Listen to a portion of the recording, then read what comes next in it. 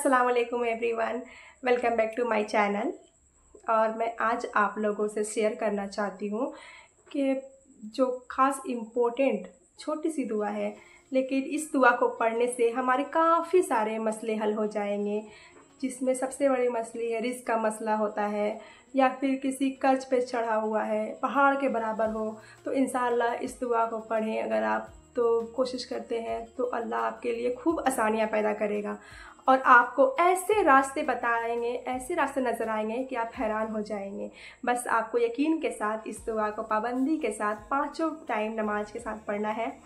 और ये मैंने खुद ही पढ़ी है तो मुझे बहुत अच्छी रिज़ल्ट मिली है अल्हम्दुलिल्लाह। और इस दुआ को शेयर करने से पहले मैं आपको रिस्क के बारे में, जो हम आजकल इस चीज़ को लेकर बहुत परेशान रहते हैं, जो मतलब 2 इम्पोर्टेंट 3 बातें हैं कि अल्लाह सुब्हान ताला का वादा है कि एक इंसान को तब तक मौत नहीं आएगी जब तक वो अपने नसीब का पूरा रिस्क इस्तेमाल नहीं कर लेता, उसको नहीं मिल जाता।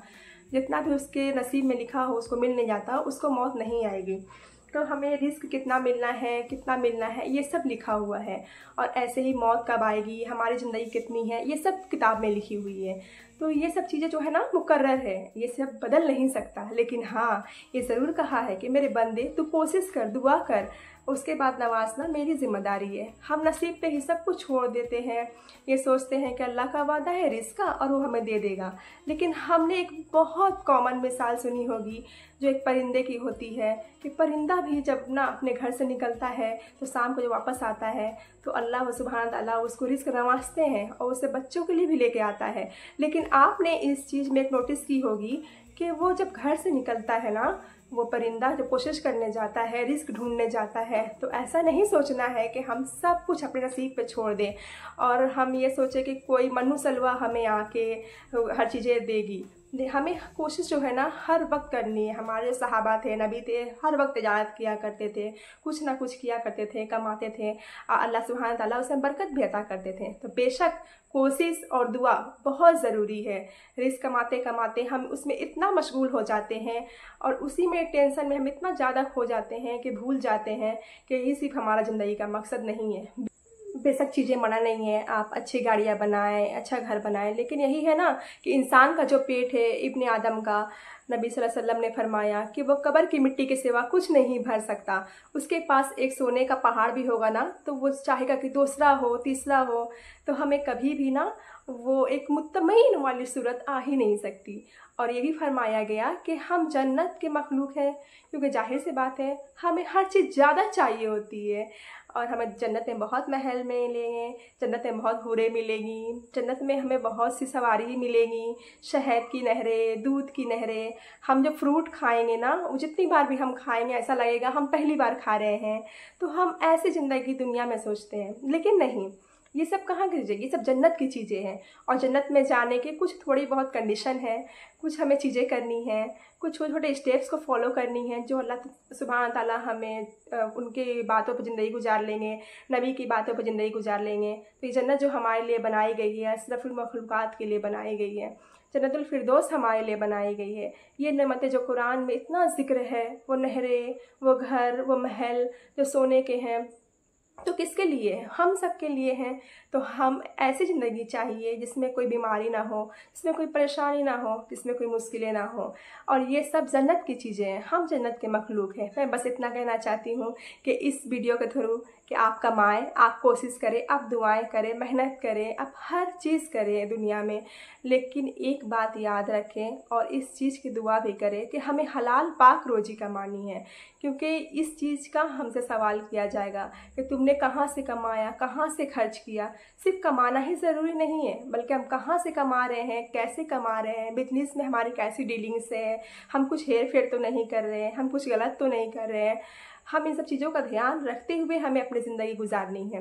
जब हम ऐसे गुजारेंगे ना तो अल्लाह ताला उसी बिजनेस में, उसी जॉब में आपको वैसे ही बरकत देगा।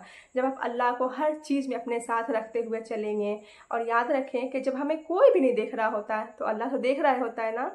हमारे नियतों से अल्लाह वाकिफ़ होता है। कुछ चीज़ें जो हैं हमें देर के बाद मिलती हैं, हमारी कोशिशों के बाद हम कहते हैं हमें रिज़ल्ट ही नहीं मिलती, लेकिन अल्लाह हमारे सब्र का अजर ज़रूर देता है। हमारी मेहनतें जो है ना वो कभी ज़ाया नहीं जाती है, हमारी जो सब्र है ना वो कभी ज़ाया नहीं होती। ऐसा हो ही नहीं सकता कि आप जेन्युइन नियत के संग मेहनत कर रहे हो, दुआ कर रहे हो और आपको रिज़ल्ट ना मिले। देर हो सकती है लेकिन हमेशा देर में खैर होती है। हर एक चीज़ का वक्त मुकर्रर होता है और ऑलवेज़ रिमेंबर कि गुड जो अच्छी चीज़ें होती है ना वो वक्त लेती हैं। और जो मौजज़ों की दुआ है, अल्लाह से जो ख्वाहिशों की दुआ है, अपने लिए मिरेकल्स मांगें अल्लाह, क्योंकि अल्लाह के जो ख़ज़ानों में ना कोई कमी नहीं है, हमारे मांगने में कमी है।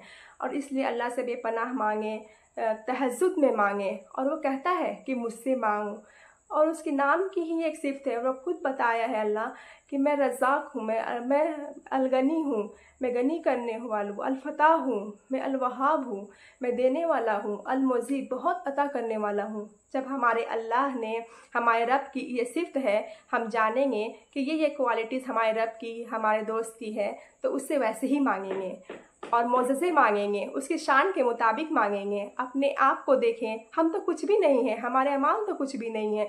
जब भी मांगें उस रब की शान से मांगें, क्योंकि जो बहुत खूबसूरत एक एग्ज़ाम्पल है कि मान ले आपको ब्लैंक चेक दे दे और कह दे कि इसमें जो भरना चाहते हो भर लो, लेकिन आप क्या करेंगे? आप ज़्यादा से ज़्यादा ही भरेंगे। आप स्पेशली सामने वाली की स्टेटस देख के मांगेंगे कि मैं जितना मांगूंगी वो देख सकेगा या नहीं, ठीक है ना? तो आप ज़्यादा भरेंगे। इसी तरह हम जब तहज्जुद में दुआएं मांगते हैं, हर नमाज के बाद दुआएं मांगते हैं, तो यही सोचें कि हम जो भी जितना भी मांग रहे हैं ना, दोनों जहां के लिए वो अता करेगा। सिर्फ सब्र और यकीन और दुआ के साथ ये मांगें। आपके लिए इस दुआ से बहुत काफ़ी हो जाएगा। अल्लाह आपको बहुत बरकत अता करेगा, आपको हराम से बचाएगा। और जितनी भी आपको पहाड़ के बराबर भी कर्ज होना, तो अल्लाह ताला सुभान ताला आपको कर्ज अदा करने की तौफीक अदा फरमाएगा। मैंने ये जो दुआ छोटी सी बताई है, इसे आप यकीन के साथ जितना हो सके पढ़ें। कोई इसके पढ़ने की लिमिट नहीं है, आप जितना जब भी इसकी याद आए आप पढ़ते रहें, दुआ करते रहें।